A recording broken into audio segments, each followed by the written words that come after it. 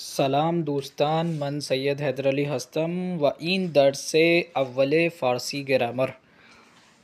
तो आज हमारा पर्शियन ग्रामर का पहला दर्स है, फ़र्स्ट लेसन है। और आज हम थोड़ा बहुत उसकी ग्रामर से आशनाई को शुरू करते हैं ताकि आप लोग ये देख सकें या आप लोगों को ये अंदाज़ा हो सके कि आपको ग्रामेटिकली सेंटेंसेस को कैसे पुर करना है, कैसे बनाना है सेंटेंसेस, जिसके लिए आज का ये दर्स बड़ा ही आप लोगों के लिए मुफीद है।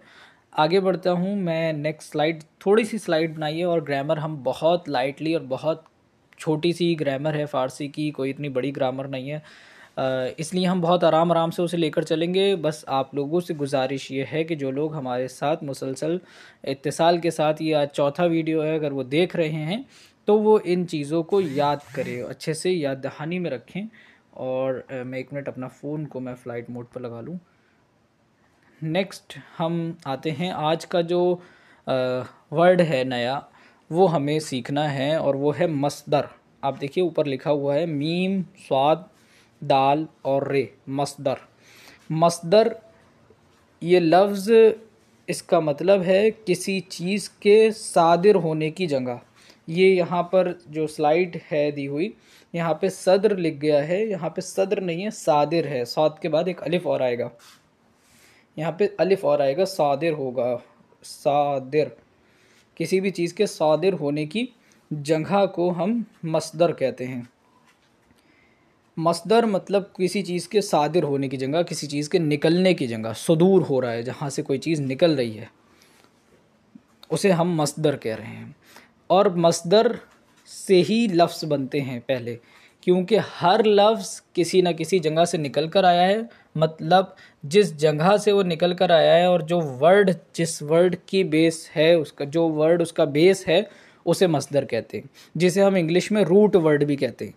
फॉर एग्ज़ाम्पल, अगर हम उर्दू में बात करें या हिंदी में बात करें किसी मिसाल देने की, तो खाना या पीना ये मस्दर है, और इससे फ़ेल बनेंगे आगे जाकर कि उसने पिया, हमने पिया, वो पिएगा, वो पिएगी, वो पी रहा है।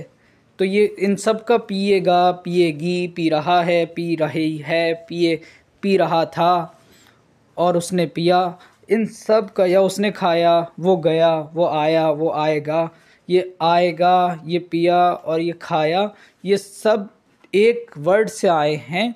एक जिसे कहते हैं, एक वर्ड से आए हैं जो इनका मस्दर है, जो इनका रूट वर्ड है, और उसे कहते हैं खाना। खाना से सारे आगे बन रहे हैं, पीना उससे सारे आगे बढ़ रहे हैं, और आना उससे सब आगे लफ्ज़ बनते चले जाते हैं, और उन लफ्ज़ को, अल्फाज को हम इस्तेमाल करते हैं अपने, और फ़ेल बनते चले जाते हैं उसमें। ठीक है, तो मस्दर जहाँ से कोई चीज़ निकले, मस्दर वो कि जो वो वर्ड, रूट वर्ड को हम मस्दर बोलते हैं फ़ारसी में। आप ये समझ लीजिए, मस्दर is equal to root word. ठीक है, नाउ नेक्स्ट स्लाइड पर आ गए कि मस्दर की पहचान क्या है, मस्दर की शनाख्त क्या है। तो यहाँ पर ये कह रहे हैं कि फ़ारसी ज़बान में मस्दर के आखिर में तन या दन आता है। ये दो आएंगे, मस्दर के आखिर में तन या दन आता है। जैसे कि एक वर्ड इन्होंने दिया करदन, करदन का मतलब है करना। दूसरा दिया इन्होंने रफ्तन, रफ्तन का मतलब है जाना। फिर है खुर्दन, खुर्दन का मतलब है खाना। अब आप देखिए, इसके आखिर में दन आ रहा है, इसके आखिर में तन आ रहा है, और इसके आखिर में फिर दन आ रहा है। तो इनके आखिर में हमेशा किसी भी मस्दर के आखिर में या तो दन आएगा या तन आएगा, ते नून आएगा या दाल नून आएगा। और ते नून, तानून या दाल नून से आप ये शनाख्त कर सकते हैं कि ये मस्दर है। अच्छा, मस्दर की एक और शनाख्त है फ़ारसी में, जो मैं नेक्स्ट स्लाइड पर आपको शो करता हूँ। वो ये है कि मस्दर की एक और शनाख्त देख लीजिए। जब हम इसका उर्दू में या हिंदी में तर्जुमा करते हैं, तो हमेशा आखिर में लफ्ज़ ना आता है। मसलन मैं पीछे वाली स्लाइड पर चला जाता हूँ, और पीछे वाली स्लाइड पर आप देखिए करदन यहाँ लिखा हुआ है। तो करदन का उर्दू तर्जुमा या हिंदी तर्जुमा क्या है? करदन मतलब करना। आप देखिए इसके लास्ट में ना आ रहा है, करना। रफ्तन जाना, इसके आखिर में ना आ रहा है। खुर्दन खाना, इसके आखिर में भी ना आ रहा है। आमदन, आना, इसके आखिर में भी आ रहा है। गुफ्तन, कहना या बोलना, इन सब के आखिर में ना आ रहा है। तो इसका दूसरी चीज़ आज हमें पता चली कि मज़दर की शनाख्त क्या है। जब हम उसका उर्दू में तर्जुमा करते हैं तो हमेशा आखिर में ना आता है, जैसे कि खाना और जाना। हम आगे आ जाते हैं और बात कर लेते हैं ज़माने की। फ़ारसी में 3 ज़माने हैं। सबसे पहला है माजी, जिसे हम पास्ट बोलते हैं इंग्लिश में। दूसरा है हाल, प्रेजेंट, और मुस्तक़बल और मुस्तक़बिल दोनों बोला जाता है इसको।